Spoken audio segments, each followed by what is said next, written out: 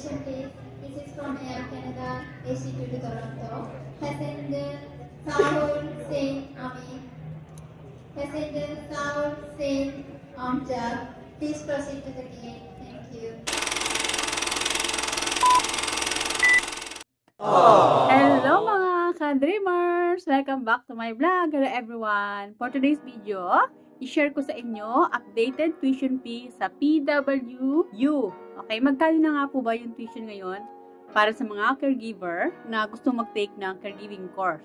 I-share ko sa inyo guys kung magkano na po yung tuition fee para sa mga mag-take ng caregiving course sa PWU located sa Malate, Manila. So, ito na yun guys, yung tuition fee for this year 2024. So, kung kayo guys magka-cash, ito yung tuition fee, 32,000 pesos. Kasama na po yung miscellaneous fees, other school fees, kaya siya 32,000 pesos. Itong tuition fee na guys, wala pang kasamang uniform dito. So, kayo po ang magpo-provide ng uniform nyo. Tulad sa amin, kami nag-provide ng uniform namin. Mura lang naman. That time, wala pa atang 500 each pair. So, bale, 3 pair ang pinili namin ng mga klase ko. Kaya nagkaroon kami ng 3 set ng uniform sa PWU. Siyempre, hindi mawawala yung maroon color kasi yan po yung color ng PWU. Bale, 32,000 pesos kapag magka-cash kayo. So, kung meron kayong pera at kayo naman po yung mag-cash, mag-cash na lang po kayo. Kung gusto nyo po ng installment, second installment, ito po yung magiging tuition fee nyo. Bale, kung 2 installment plan kayo, aabot na po siya ng 35,200. First payment, dapat makapagbigay kayo ng 17,600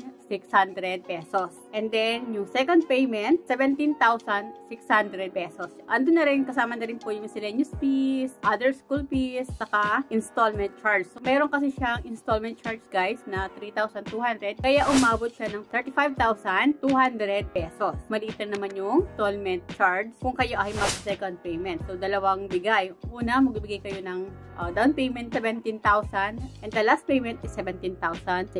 Siyempre, wala pa rin po yung kasama uniform. Kayo na po magpo-provide ng full uniform nyo. Kung gusto nyo magkaroon ng uniform, kung kayo mag-take ng caregiving course sa PWU. Kasi hindi naman po ito mandatory. Choice nyo po kung gusto nyo po magkaroon kayo ng uniform sa PWU while nag-aaral po kayo ng caregiving. Yun po yung second payment kung kayo po mag-aaral ng caregiving course sa PWU. And then, meron pong isa pang installment payment. Ito naman guys ay 5 times. So, bale, ang magiging tuition nyo, 36,800. So, nagkaroon siya ng installment charge na 4,800. Ang lamang lang naman ay 1,600 guys. Dun sa kung kayo ay mag-second payment kasi nag-charge lang siya ng 1,200. Yun ang difference ng installment charge. Pero kung mag-second payment kayo ay nasa 3,200 lang yung installment charge. Pero kung mag-5 times kayo ng installment ay magkakaroon kayo ng 4,800. So, ang difference lang naman guys sa second saka 5 times ay 1,600. So, konti lang naman. Hindi na mabigat sa bulsa. Upon enrollment, kailangan nyo po makapagbigay ng 9,200. Doon sa 36,800 guys, andun na rin po yung tuition fees, school fees, and other fees. Siyempre, wala pa rin po kasama yung uniform dyan. Kayo na po mag-provide kung gusto nyo pong magkaroon ng uniform sa PWU. Every payment, magbabayad na lang po kayo ng 5,520 pesos. So, bale, 5 times kayo magbabayad ng 5,520 pesos. Meron naman pong binibenta na t-shirt ng PWU. In-offer naman yung guys kung gusto nyo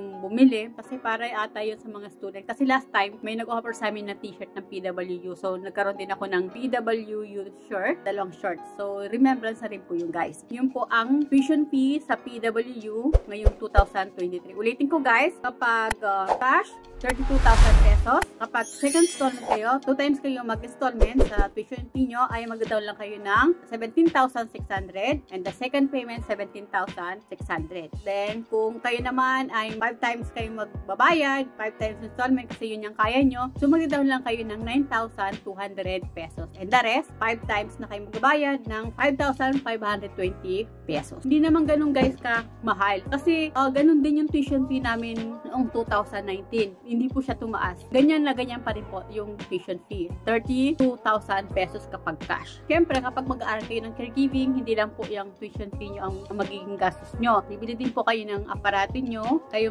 klase nyo magkaroon ng uniform. Yun, another expenses po yun. And then, bibili din po kayo ng temperature aparato. And then, medical kit. Kailangan nyo mag-provide nun na meron kayong isang set ng medical kit para lahat ng gamit nyo pang pag-check ng blood pressure, pag-check ng dugo, temperature, kung may fever, dapat nakandun na yung guys. Meron kayong first aid kit, nandun na yung lahat ng mga gamit nyo dun nilalagay. Kasi mas maganda guys na naka-organize sila lahat ng mga gamit nyo sa pag-take nyo ng caregiving course. So, yun lang guys, kasi maganda at hindi po nagtaas ng tuition fee ang PWU.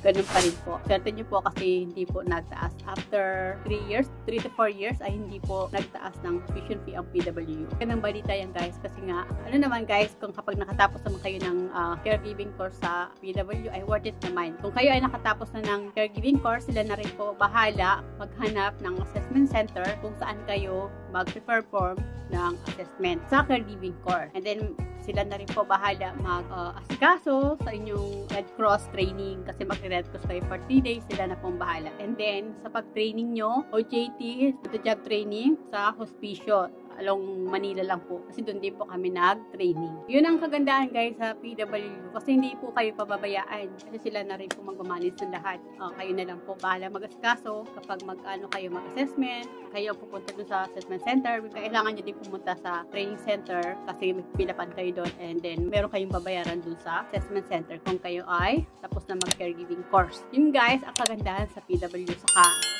talagang kapag doon kayo mag-aaral ng caregiving course ay kumpleto na po lahat. So, wala na po kayong dapat alalahanin tungkol sa pag-actual training nyo kasi nandun na po. May mga nakaset up na kasi nga ang PWU ay School of Nursing po. Nandun na po lahat. Yun guys, na-share ko lang sa inyo updated tuition fees sa PWU ngayong 2024. Guys, if you find my video helpful, please subscribe naman po and do like and share na rin po kung nagustuhan nyo po yung mga video ko. At nakakatulong po sa inyo, please click naman po yung bell notification para ma-notify po kayo sa mga bago kong video. So, good luck po! Mag-enroll na po kayo ngayon. Thank you! Bye!